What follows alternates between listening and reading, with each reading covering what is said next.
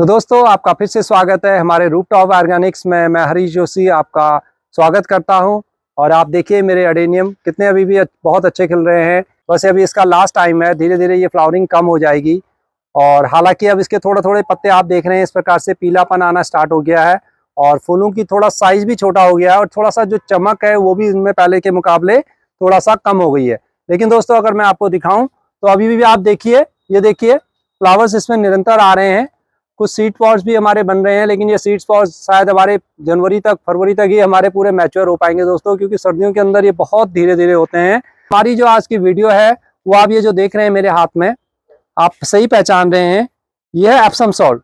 दोस्तों ये साधारण नमक नहीं होता, सॉल्ट जरूर होता है लेकिन ये साधारण नमक नहीं है, ये समुद्री नमक भी नहीं है, ये सेंधा नमक भी नहीं है।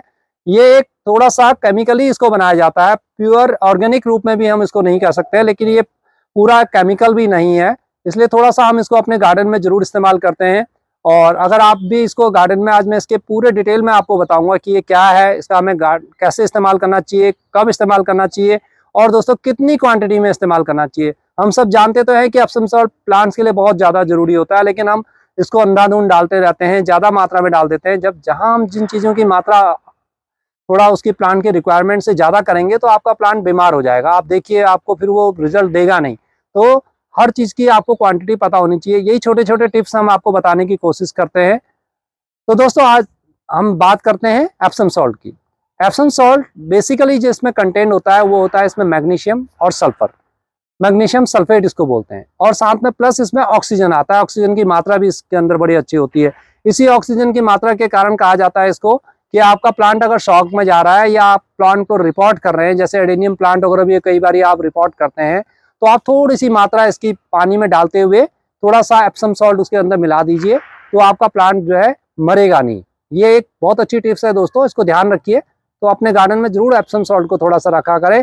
जब कभी आपको इमरजेंसी में कोई प्लांट ऐसा हो कि जिस वक्त आपको उसकी रिपोर्टिंग नहीं करनी, उस वक्त आपको उसकी रिपोर्टिंग करनी पड़ रही है, तो थोड़ा सा अगर आप एप्सम सॉल्ट मिला देंगे तो अपने पत्ते गिराएगा नहीं।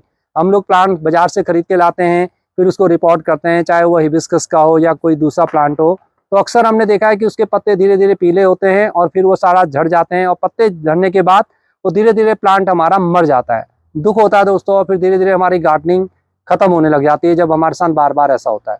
तो थोड़ी सी एक इंपॉर्टेंट टिप्स को याद रखिए, ज़्यादा क्वांटिटी नहीं लेनी है आपको, 1/4 चम्मच लेना है 1 लीटर पानी में, या जितनी आपको जरूरत है। थोड़ा सा मिनिमम से मिनिमम क्वांटिटी लीजिए, उसको अच्छी तरह से घोल लीजिए, और जब आप प्लांट लगाते हैं तो एप्सम सॉल्ट का पानी उसमें डाल दीजिए। ये तो एक छोटी सी टिप्स हुई दोस्तों। ओवरऑल देखिए, हमारे प्लांट को 3 मुख्य भोजन चाहिए होते हैं, जो मैं आपको बार बार बताता हूँ। वो होते हैं नाइट्रोजन, फास्फोरस और तीसरा पोटास। नाइट्रोजन प्लांट की ग्रोथ के लिए बहुत बढ़िया होता है, उसको बड़ा करता है, उसकी पत्तियां बनाता है और धीरे धीरे पूरे उसको लस ग्रीन रखता है। नाइट्रोजन आप जितना डालेंगे उतना आपका प्लांट ग्रोथ करता जाएगा और उसकी पत्तियां हरी होंगी। लेकिन दोस्तों नाइट्रोजन अकेला अपने आप में यूजफुल नहीं है, उसके साथ आपको फास्फोरस चाहिए होता है, क्योंकि फास्फोरस क्या करता है, वो फिर आपकी जड़ों का विकास करता है, और जड़ है जो मिट्टी से सारे प्रकार के खनिजों को लेते हुए इसको तने तक पहुंचाती है और उससे पौधे का विकास होता है।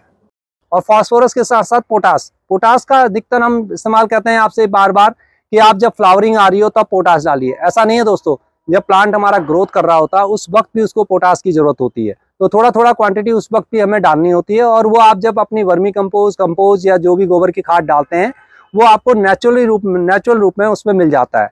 लेकिन हाँ, आपको अपने फ्लावर का साइज बड़ा लाना है, या नंबर ऑफ उनके फ्लावर्स ज़्यादा लाने हैं, या फल का साइज ज़्यादा लाना है, जैसे आप ये देख रहे हैं हमारी हरी हरी मिर्चें लगी हुई हैं, तब आपको उस वक्त उसमें अधिक प्रयोग करना होता है पोटास का। ये 3 चीज़ें हमें अधिकतम सीमा में चाहिए होती है प्लांट के लिए, लेकिन हमें मैग्नीशियम, सल्फर, आयरन, जिंक, इस प्रकार से अलग अलग करते हुए करीब करीब 13-14 चीज़ें हैं जो माइक्रोन्यूट्रिएंट्स जिनको हम बोलते हैं। ये चीज़ें हमारे प्लांट्स के लिए बहुत इंपॉर्टेंट होती है। देखिए दोस्तों, आप कहते हैं कि हमारे एडेनियम के फ्लावर्स कई लोगों के आता है। देखिए एडेनियम का प्लांट मैंने इसीलिए रखा है क्योंकि आज की वीडियो आपके लिए इंपॉर्टेंट इसीलिए होने वाली है, इसमें आपको बहुत सारी चीजें सीखने को मिलेंगी। अब मैं आपको दिखाऊं कि आपका यहाँ से मेरा कोई ऐसा प्लांट है नहीं इस वक्त जिसमें बर्ड्स हमारी बन नहीं पाती है, और बनती है तो वो जल जाती है और वो खिल नहीं पाती है। वो ज्यादातर होता है दोस्तों बोरोन के कारण। अब बोरोन क्या है, एक केमिकली रूप में आपको मिलता है। और उसकी थोड़ा सा भी क्वांटिटी आपने ज़्यादा कर दी तो आपका प्लांट मर जाएगा। अब बहुत मिनिमम क्वांटिटी चाहिए होती है। आप 1 लीटर पानी के अंदर 1 चम्मच तो आप डाल ही नहीं सकते, आधा चम्मच भी नहीं, चौथाई से भी कम थोड़ा सा अगर आप 1 लीटर में डालेंगे तभी आपका प्लांट उसको एक्सेप्ट करेगा, अदरवाइज आपका प्लांट बिल्कुल खराब हो सकता है। इस चीज़ को ध्यान रखना है। तो दोस्तों अगर आपके साथ ऐसा हो रहा हो कि आपके फ्लावर्स अच्छी तरह से नहीं खिल पा रहे हैं, आप थोड़ा सा सुहागा लीजिए, मार्केट में इजीली आपको मिल जाएगा। सुहागा सभी को पता है क्या होता है, आप जनरल स्टोर में जाएंगे वहाँ आपको मिल जाएगा। थोड़ा सा क्वांटिटी लेनी है, पानी में मिलाइए और अपने एडेनियम में नीचे भी डाल दीजिए या पत्तों में स्प्रे कर दीजिए।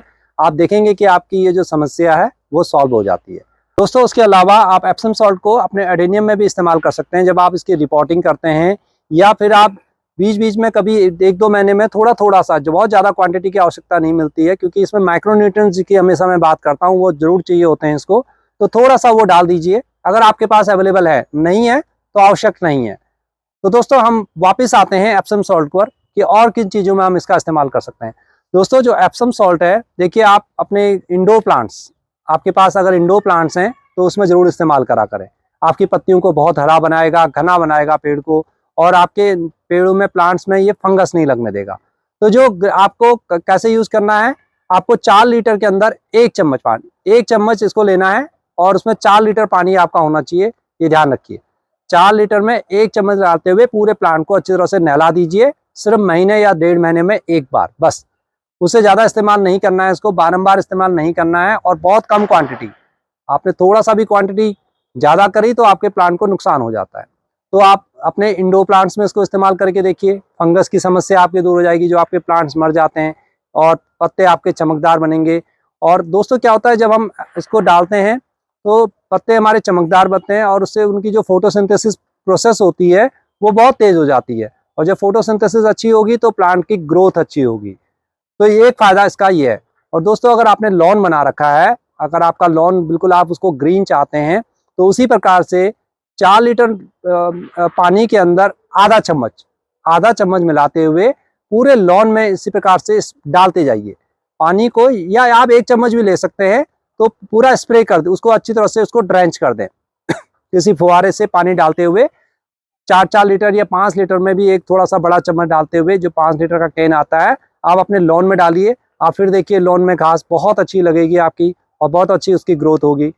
और दोस्तों इंडोर प्लांट्स तो मैंने आपको बता ही दिया। अब आते हैं हम अपने गार्डन में, छत, रूफ टॉप की तरफ आते हैं। अगर आपने बालकनी में गार्डन है, छत में गार्डन है आपका, और वेजिटेबल्स आपने लगा रखी हैं, देखिए दोस्तों ये हरी मिर्च आप देख रहे हैं।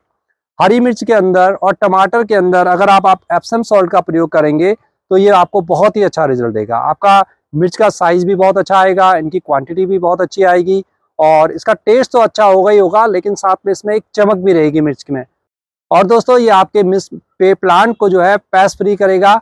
इसमें जो स्नेल्स वगैरह आते हैं, जो बाकी जो ऊपर से जो छोटे छोटे आपके जो कीड़े से आने लगते हैं, वो बिल्कुल नहीं आएंगे। आप इसमें डाल दीजिए थोड़ा सा, चुटकी भर, अगर आप इस प्रकार से अगर ऐसे भी बुरा देंगे तो वो भी अच्छा होगा। लेकिन फिर भी मैं आपको ये कहूँगा कि अब एप्सम सॉल्ट को कभी भी आपने डायरेक्ट ऐसे उठाते हुए आधा चम्मच इस प्रकार से नहीं डालना है। हमेशा इसको पानी में डालते हुए इसको स्प्रे करें, या फिर फव्वारे में डालते हुए पूरे प्लांट को नहला दें। और हाँ, थोड़ा सा पानी बच जाता है तो उसके साइडों में, प्लांट के साइड में इसको डाल दें।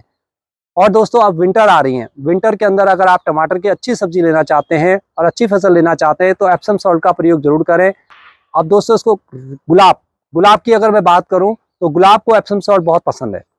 आप उस समय भी इसका इस्तेमाल कर सकते हैं, जो तरीका मैंने अभी इसमें बताया है वही। लेकिन ये सब आपको 1 महीने से ज़्यादा का गैप रखना है, इस चीज़ का ध्यान रखें। ऐसा ना हो कि आप हर हफ्ते इसको एप्सम सॉल्ट को दे रहे हो, उससे इसके अंदर मैग्नीशियम और कैल्शियम, इन सब चीज़ों की अधिकता हो जाएगी। आपका प्लांट ग्रोथ करने के बजाय धीरे धीरे मरना शुरू हो जाएगा।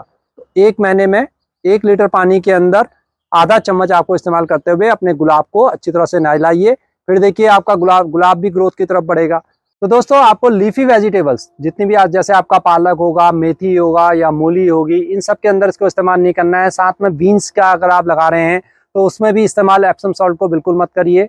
और बाकी आप एडेनियम में भी थोड़ा बहुत लगा सकते हैं। इसी प्रकार से आप गुड़हल में भी थोड़ा सा इसका इस्तेमाल कर सकते हैं। और हाँ दोस्तों, कोई भी बेयर रूटेड प्लांट होता है, जब आप उसको लगाते हैं तो उसमें एप्सम सॉल्ट में थोड़ी देर उसको भिगो के रखिए उसके बाद उसको लगाइए, तो आपका प्लांट कभी मरेगा नहीं, उसके पत्ते पीले होकर ज़्यादा गिरेंगे नहीं। तो यही कुछ इन्फॉर्मेशन थी दोस्तों। ये एप्सम सॉल्ट इस्तेमाल जरूर करिए अपने उसमें, लेकिन देखकर फिर मैं आपको वो कह रहा हूँ कि इसको ज़्यादा इस्तेमाल ना करें, कम से कम क्वांटिटी में इस्तेमाल करिए और एंजॉय कीजिए। और वीडियो अच्छी लगी हो तो लाइक करें, और अगर आप भी कुछ इसमें आपको भी कुछ नॉलेज है दोस्तों तो आपसे हमें भी सीखने को मिलता है, आप कमेंट्स अवश्य दें। फिर मिलते हैं किसी और वीडियो में, तब तक के लिए नमस्कार। चैनल को सब्सक्राइब जरूर करके जाएं।